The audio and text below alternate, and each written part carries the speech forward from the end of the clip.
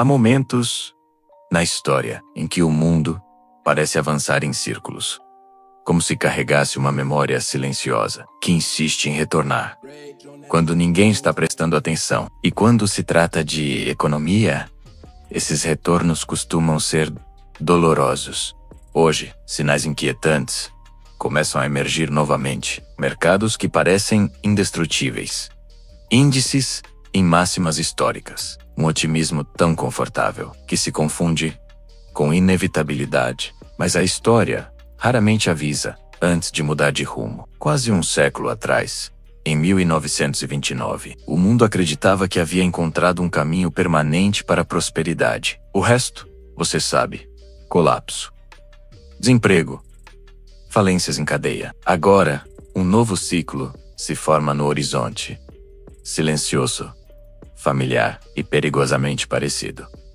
A pergunta é: por que estamos repetindo um padrão que juramos ter compreendido? Para entender o que está acontecendo hoje, é preciso voltar no tempo. O final da década de 1920 parecia uma celebração interminável.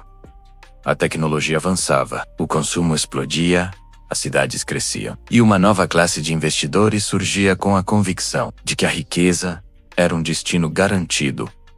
Era a era do jazz, mas também era a era da euforia financeira. A crença dominante era simples: os mercados só podiam subir. Era como se o mundo tivesse encontrado uma fórmula definitiva para a prosperidade. Mas por trás dessa aparência brilhante, algo se deteriorava lentamente. As empresas apresentavam lucros cada vez menores, enquanto suas ações subiam como foguetes. O crédito era distribuído com a facilidade de um brinde em festa. Pessoas que mal compreendiam o mercado aplicavam suas economias inteiras, acreditando que nada poderia dar errado. Era um castelo construído com confiança, não com fundamentos. Hoje, quase nada mudou. A tecnologia voltou a assumir o papel de estrela, impulsionando narrativas de crescimento infinito. Empresas avaliadas em trilhões são tratadas como se estivessem acima de qualquer lei da física econômica. Investidores repetem o mesmo mantra.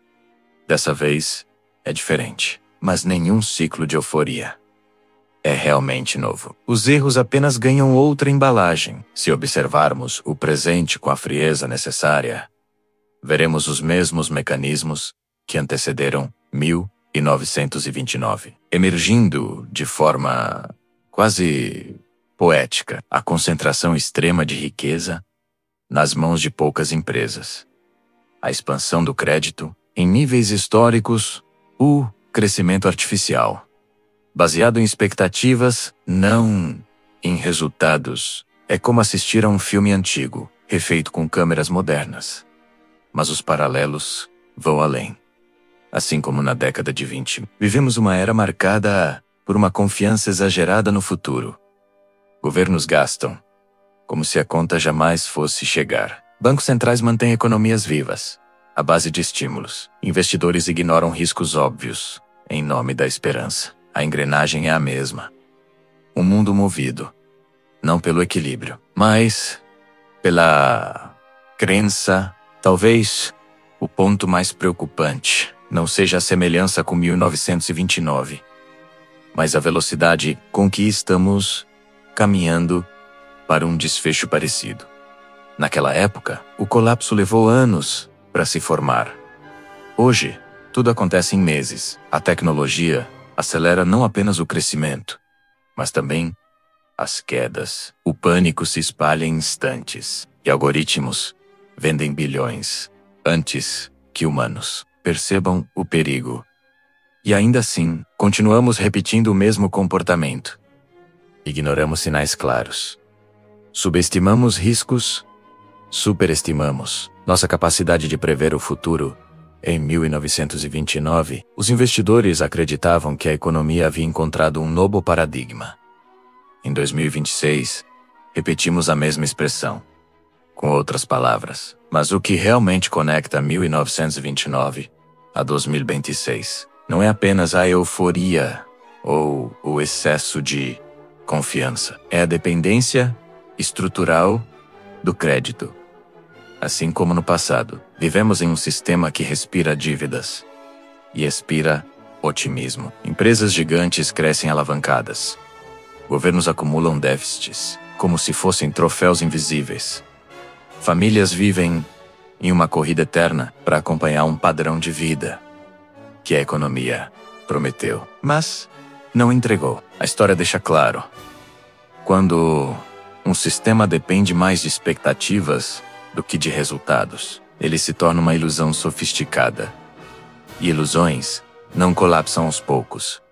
Elas quebram de uma só vez. O perigo não está apenas em uma possível crise em 2026, mas na crença generalizada de que ela não virá. A verdadeira tragédia econômica raramente nasce de números ruins. Ela nasce da confiança exagerada. Em 1929, os mercados quebraram quando investidores perceberam que a riqueza que imaginavam ter nunca existiu de fato. O mesmo início de desilusão se desenha hoje. O mundo está novamente diante de uma encruzilhada. Uma economia sustentada por dívidas crescentes, avaliações desconectadas da realidade e uma fé quase religiosa na tecnologia e na política monetária.